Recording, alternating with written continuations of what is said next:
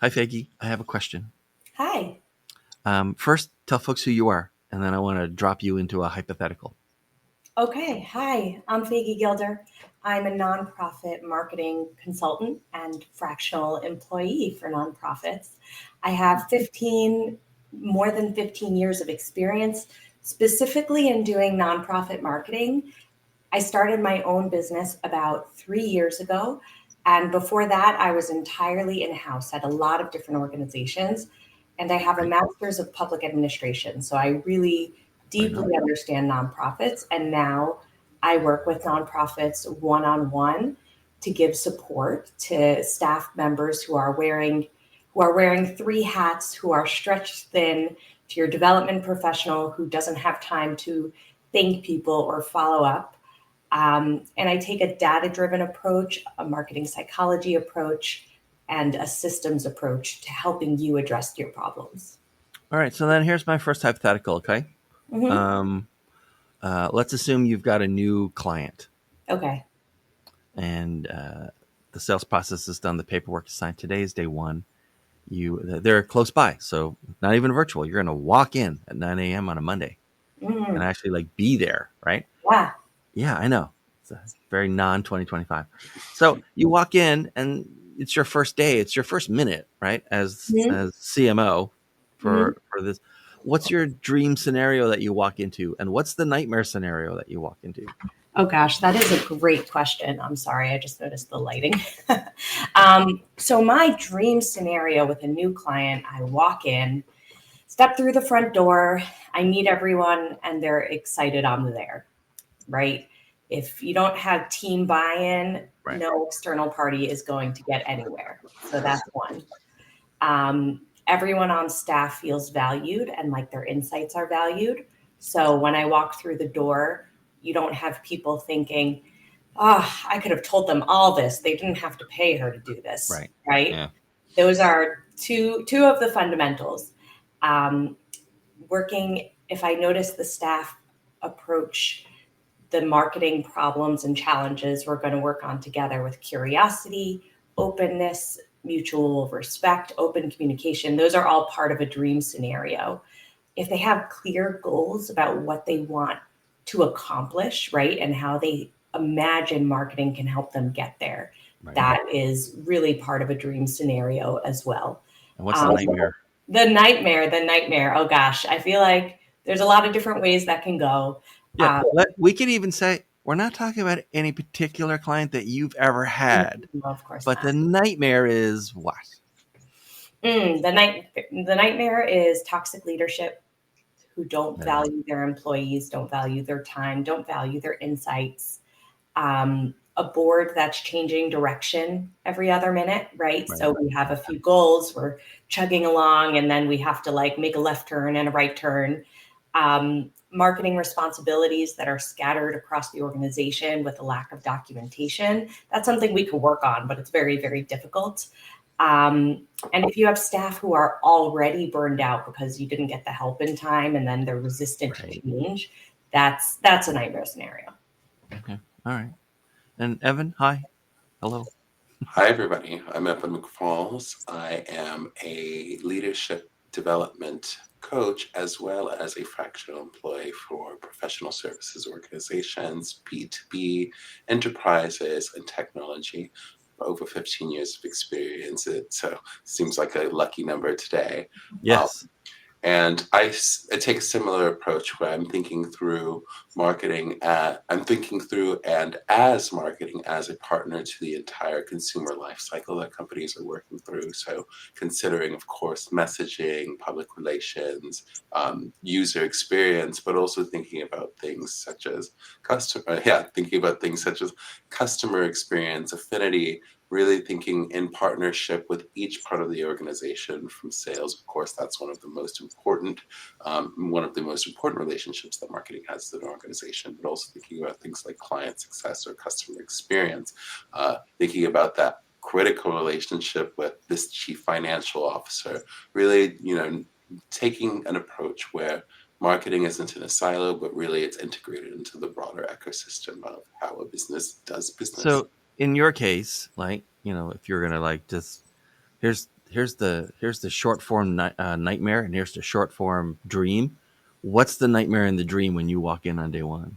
The nightmare scenario, I'll start there because I want to end on a positive note. The nightmare that I walk in on is, I think a lot of what Faigy said about, is the team burnt out at this point? Are the goals unclear? Are people jumping all over? Is the board jumping all over the place with regard to their goals? More so than all of that, I think that my number one nightmare scenario is that they're bringing me on as a fractional chief marketing officer to solve problems that are actually not within the wheelhouse of marketing. That's not to say that I cannot help, but that is a major red flag to me, in that it says, you don't really know what marketing is meant to do at your company, and we can work on that, but we may be in some trouble. What's the dream? The dream scenario is all parties who are involved in working on this venture have a fairly strong understanding of their goals, how they are scoring those goals, or whatever their objective and key results are. People are bought in, and there's a sense of not only team alignment, because of course, if they're bringing in a fractional CMO, then hopefully they've done the work to bring the team along to feeling positively about that, but also that executive team. Again, marketing must, in my view, be able to partner effectively across the organization. And if it has been historically siloed, or if they haven't really thought about marketing's relationship with the broader organization, and the executives are kind of battling with each other about what the purpose of marketing at said organization is, again, red flag. It's something that can be worked on, but I find that executive misalignment tends to be one of the number one reasons why marketing initiatives fail at organizations. Okay, then let me ask this then. It's not day one. We're going to go far into the future, day 90, which is about as far in the future as I ever go. It's day 90, all right, Evynn? What is that client's aha moment about having having brought on a fractional CMO, or having brought on you? It's like I kind of knew there'd be value in this, so we decided to bring you in and allocate budget for it. But like, now I get it. What's the aha moment typically for clients? On day 90, I would like to think that, on day 90, I would like to think that the client, in working with me, has deeply understood how the company's goals and its strategy cascade into marketing procedures, marketing tactics, the marketing strategy. So they understand how those things should cohere with one another.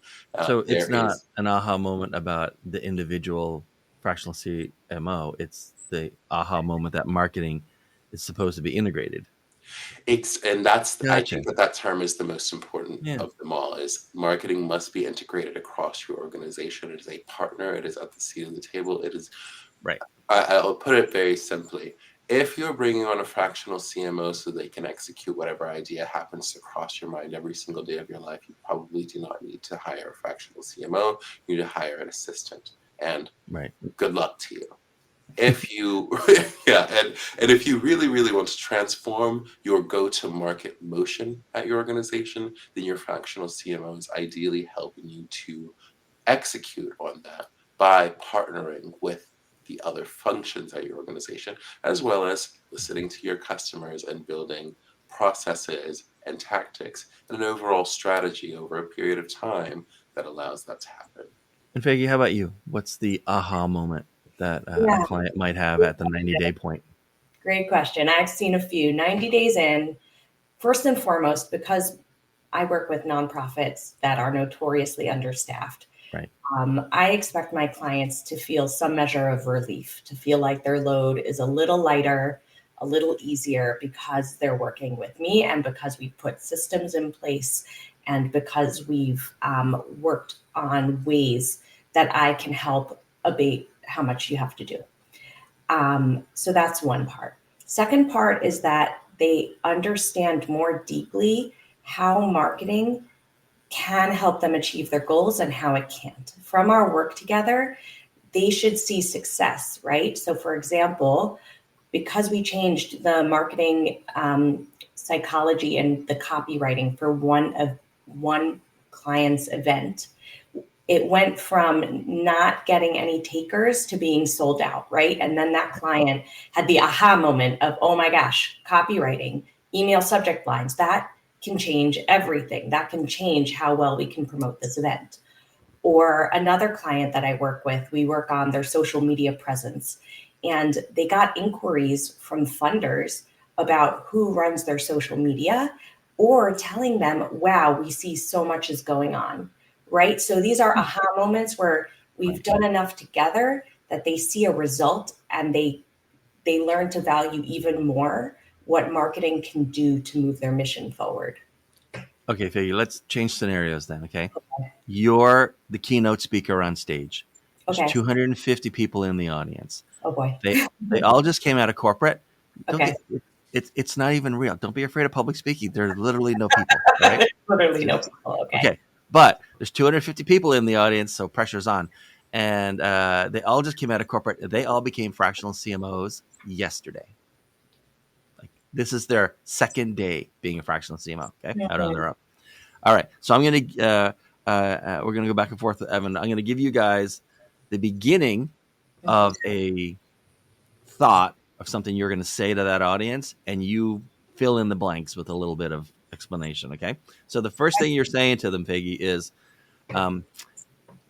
fractional CMOs, I mean, when you're just starting out, something you're going to be shocked by is how often the people on marketing and development at nonprofits have not planned out their marketing in advance.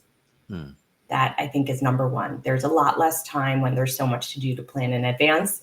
You're generally running on much tighter timelines. Or sometimes it's an afterthought, right? I work with people in marketing. And so when you're a fractional CMO coming in, you're going to be surprised to find that your counterpart might say to you, people send me their event flyer all the time and tell me to roll this out with an email and everything tomorrow. Like, that's not uncommon. That's the big one. All right. And Evynn, how about you? You're talking to the same audience, right? Starting out as fractional CMO, something that's going to shock you is what? Something that may shock you, and perhaps it shouldn't, because if you've been working in-house for some time, a lot of people will have this experience, but it feels different when you're doing it from the outside in, is, all right, you're going into an organization. Does everybody agree about what you should be doing, and do they have any idea what you should be doing? A lot of times the answer will be no. And that is why I think it is very important to help prepare them in those early days of your engagement by setting expectations, setting a clear roadmap, being very, very curious, and bringing everybody to the table to operate effectively. Well, you just accidentally or otherwise perfectly preloaded the next question. Good job. And so the next one is talking to that same audience, Evynn, is like, and what you're going to find is many clients just don't understand. Many clients just don't understand what marketing is at their organization, why they need it, and what it's meant to accomplish. So as a fractional CMO, I think that one of the most important things that you can do is help them to get very, very clear so that they can execute against something tangible rather than vibes. Right. And then Faigy, what do you think? Something most clients just don't understand is what? If you're walking in, and I'm going to tell you, most of your clients don't understand the difference between nonprofit marketing and fundraising. A lot of times the two are conflated, and you really need to spend a lot of time untangling the two and outlining how they work together and why they're each important, rather than having them all mixed up. Because when they're all mixed up, you get mistakes like asking for a donation when someone first meets you. I've heard that analogized as like asking someone to marry you on a first date. Right? So understanding the distinction is really the beginning of the work, and most of your clients won't know that yet. Okay. And then Faigy, some intern is trying to wave you off because you've been on stage way too long. Okay. Right? And the music's coming up like it's the Oscars, and they want you to finish up. But by God, you're going to leave these people with one more thing. Okay. And it's this, right? Before they like push me off this stage, I got to tell you, the number one lesson I have for you about getting clients is what? Okay. The music is playing, and I'm going to try to say as much as possible in 2 seconds, which is, don't forget, show me you know me is the name of the game. Show me you understand me. Show me you Right. know what my pains are, what I want to accomplish. Show me you know me, and be authentic and kind. All right. And Evyn, how about you? The one thing you'd want to let these new fractional CMOs know about getting clients or finding clients? I'm going to build on what Faigy said, but go in a slightly different direction. I agree that being able to show clients that you really know them, that you understand them, is critical for driving client acquisition.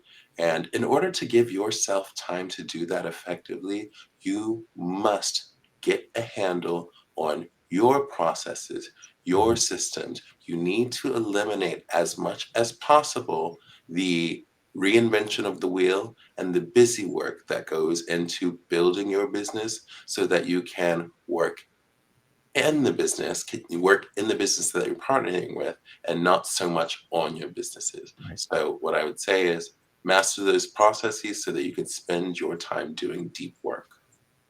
All right. And so you guys are both off the stage now. This is a big conference. So now you're going to go out onto the conference floor with all the booths and all the people walking around and stuff. There's a lot of potential clients there, and you end up talking to like a fair number of them, right? So as you're talking to these prospective clients, given that virtually everyone you're ever going to talk to on the client side believes they know at least a lot about marketing, if not everything about marketing, then what, as you're talking to clients these days, what do they tend to overrate when it comes to a marketing concept or tool or platform or anything? What do they overrate in marketing these days? And what's just criminally underrated that you just wish, companies would just focus on, as almost like a fundamental? So what's overrated in marketing these days, talking to clients, and what's underrated? Everyone, start with you.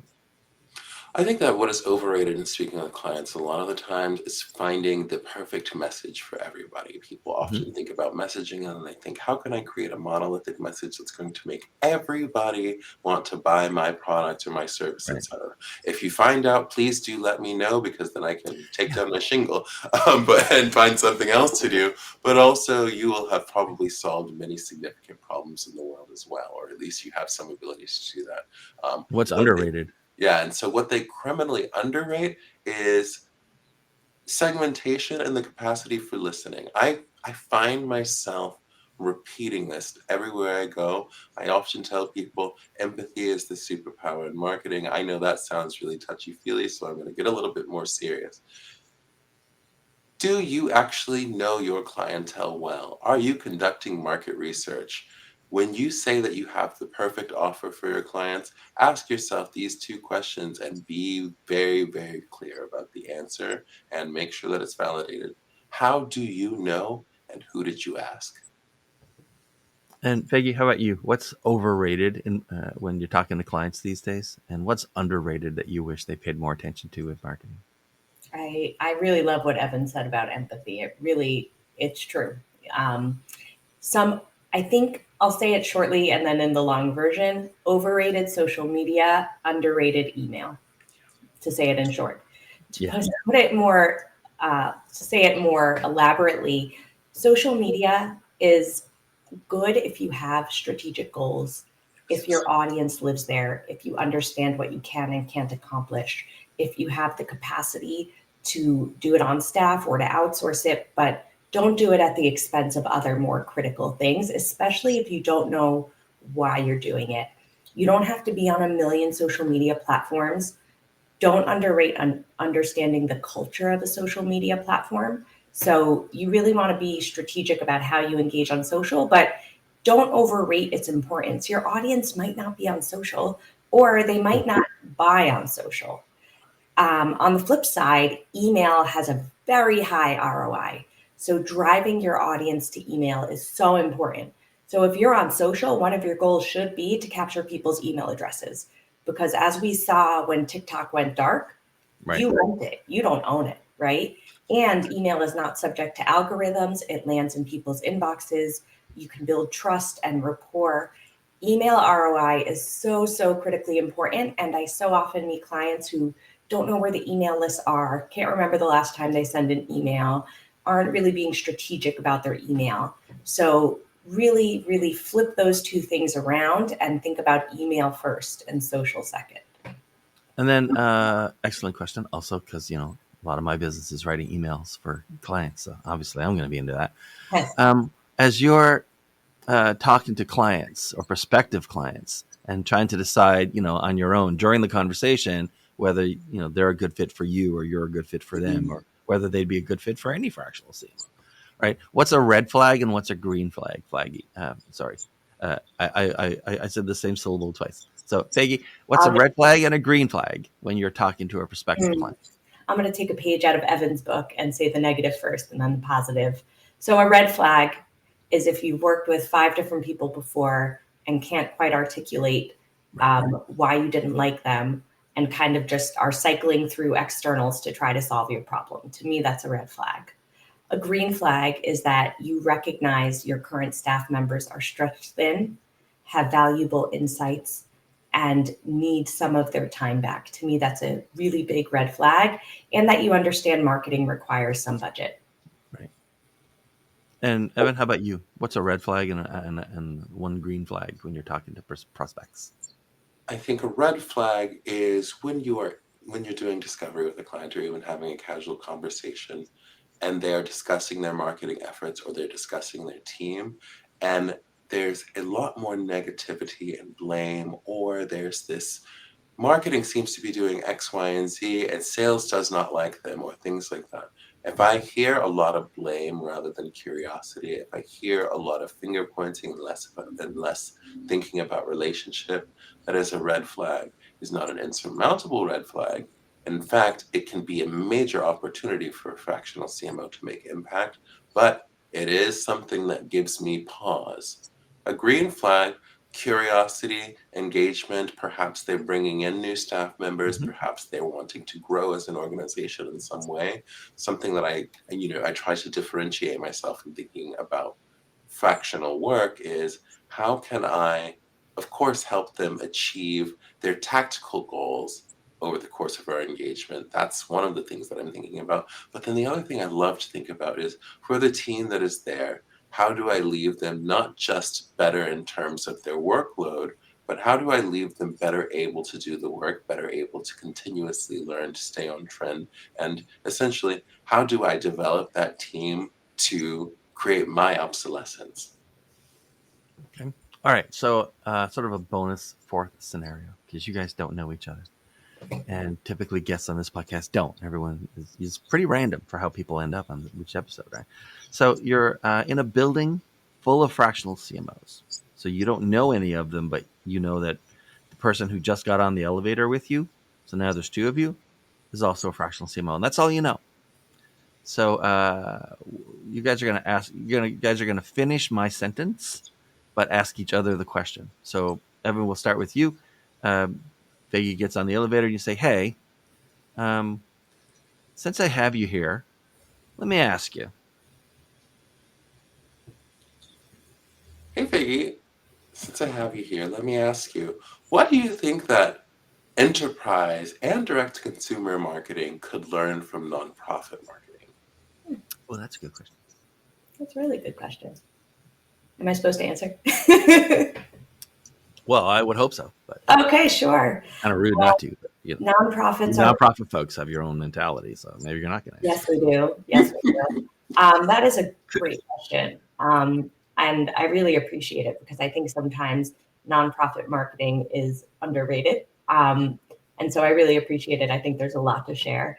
I think nonprofits are really good about doing more with less, about trying to stretch a dollar. And so they're very critical about how they spend the budget. So I think they're much more cautious with ad money, with tools, making sure the tools don't have overlap. And I think all businesses could benefit, right, from being a little more strategic and cautious so that the money is spent wisely. And then Faigy, it's your turn. You can ask any question you want. So, like, since I've got you here, let me ask you. Yeah. Yeah, since I've got you here, and I understand you also do coaching. From the beginning of the podcast, I remember you do fractional work and coaching. I'd love to hear how you support leaders in businesses, right? How you especially when they're open to learning. What does that journey look like? I'd really love to hear about where they start, especially because if I meet someone, right, I'm always looking for good referrals. Sure, sure. Thank you for that question, and thank you for bringing up the coaching in particular. So, a big part of why or why this coaching is part of my overall offering, and I think about this both at the team level and at the individual executive level, is sometimes people understand that they have some kind of problem, or they have a profound desire to solve something very specific and it's just not moving along at their organization. How I like to lean in there is to especially in, when there's a board involved, or when there is that pretty um, populous chief C-suite. When there's a pretty populous C-suite, I like to spend time helping people understand what the communication barriers are, as well as what limiting, I don't want to sound too touchy-feely about this, but what their limiting beliefs are about how the business runs. I find that a lot of time people get an idea in their head and they really, really dig their heels in. And they're like, marketing should be doing this, sales should be doing this, X, Y, Z. And as an outsider, it's easy for me to see, well, actually, you might have some other options than what you're thinking about right now, or perhaps you might want to communicate that to your board a little bit differently. Sometimes, in order to move a project or an initiative along, people really need help at the individual level. And so that's a big part of why I offer that. Executive coaching is really, I'm thinking about the individual as a part of the whole, and sometimes individuals spend so much time in their own way that first we have to address that before we can fix anything else. Right. So, thanks both of you for being here. Before I let you go, Evynn and then Faigy. Evynn, tell me who should be contacting you these days, and what's the preferred way to do that? Sure thing. So well, firstly, who should be contacting me these days? I primarily work with professional service organizations, B2B, and technology as well. I am especially happy to work with mission-driven organizations and people with big ideas that are changing the world, who need a lot of help, or maybe just a little bit of help, bringing those great ideas to the marketplace effectively. I can be best reached via LinkedIn or at my website, evynn@evyntyler.com. Or that's actually the email, but I gave you the spoiler. My website is evyntyler.com. My There you email go. is evyn@evyntyler.com. And Faigy, how about you? Who should be reaching out to you these days, and what's the best way to get you? Yeah, if you work at a nonprofit in marketing or development, if your organization has at least 2 to 3 staff members, they don't need to have a marketing professional, but just a Right. few people on staff too, much bigger than that. Especially if you work on basic needs, mental health, if you're doing something innovative, I love learning about a lot of different good causes. And most importantly, if you feel like your team members are stretched thin, if you start hearing things like, I don't have time to write all these thank you letters, for example, right? I specialize in helping organizations when they've hit that point so that your staff members can do what they need to do. So that's when it's a good point to reach out to me. Or if you feel like you could be reaching more people and you're very frustrated that they haven't heard about your mission. So I specialize in certain tools like Google Ad Grants, using AI, things like that. And so there's a lot of tools in the toolbox. The best way to reach me is at my email, faigy@smallorgcoms.com, or on LinkedIn. It's /Faigy. I got the vanity URL pretty early, so that's Yeah. exciting for me. All right, both of you. This has been fantastic. Thank you so much for being here. I learned a lot. You. I will say this is episode 181, and we change the questions every 25 or so episodes. I will say that for the overrated versus underrated question that we did, so far, everything that anyone has ever mentioned around underrated would have been true 100 years ago. Mhm. And all of the overrated stuff is very modern. Hmm. I find that's true as well. Yeah, it's fundamentals on the underrated side, I guess. People sure have seemingly walked away from a lot of the fundamentals, and then they're so focused on attribution and things like that they're like, Yep. I don't understand why people aren't getting my message. And it's like, well, Yeah. have you thought about those people at all outside of the transaction? Yeah. It's all They're about just in a spreadsheet somewhere. relationships. Yep. Yep. All right. So thank you, both of you, for being here. This has been fantastic. Thanks for watching, everyone. And we'll see everyone next time. Thank Bye. you. Thank you so much.